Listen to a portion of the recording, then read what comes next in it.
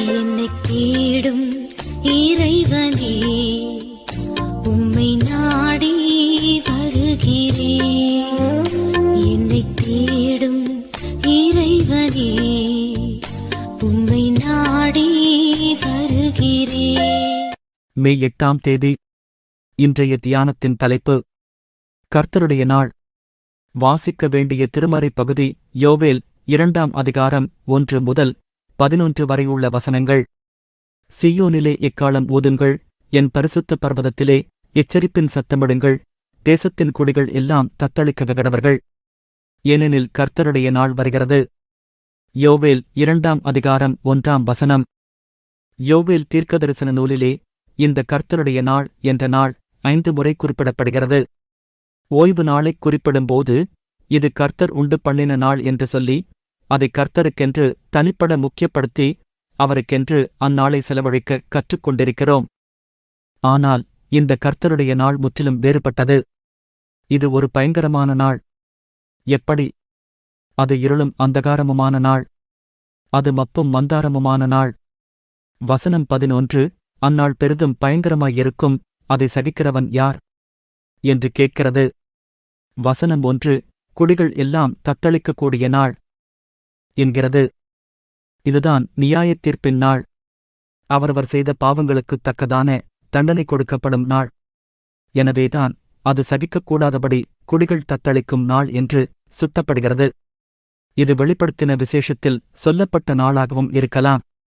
ஒவ்வொரு நாடும் பாவத்தில் திளைக்கிற போது தேவன் திட்டமிட்டு அந்த நாட்டு மக்களை எதிரி நாட்டுப் படைகளால் அல்லது வறட்சி, அக்கினி, வெள்ளம் போன்ற இயற்கை பாதைகளால் தண்டிக்கும் நாளாகவும் இருக்கலாம். மொத்தத்தில் பாவம் செய்தவர்களுக்கு கர்த்தருடைய நாள் பயங்கரமான நாள். நாம் பாவம் செய்தவர்களா? இல்லையா?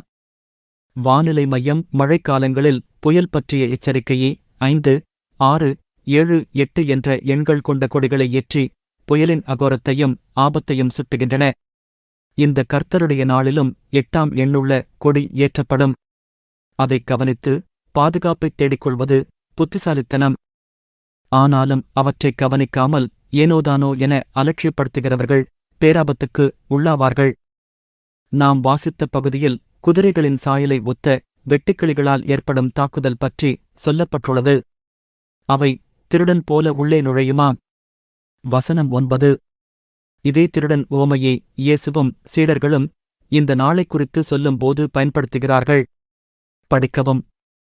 மத்தேயு 24, 43 மற்றும் 44. 1 தெசலோனிக்கேயர் 5:2.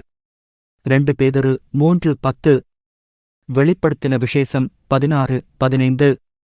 நாம் விசுவாசத்தினால் நீதிமான்களாகிவிட்டால் கர்த்தருடைய நாள் கழிகூறும் நாளாயிருக்கும். இல்லாவிட்டால் கண்டனத்துக்குரிய நாளாகிப் போகும். நாம் விசுவாசத்தினால் நீதிமான்களாகிவிட்டால் கர்த்தருடைய நாள் கழிகூறும் நாளாயிருக்கும். இல்லாவிட்டால் கண்டனத்துக்குரிய நாளாகிப் போகும். ஜெபம். கர்த்தாவே, உம்முடைய நாளை எதிர்நோக்குகிறேன். நீர் பலியாகி என் பாவத்தை மன்னித்து விட்டதால் என் பயம் நீங்கிப் போயிற்று. ஆமேன்.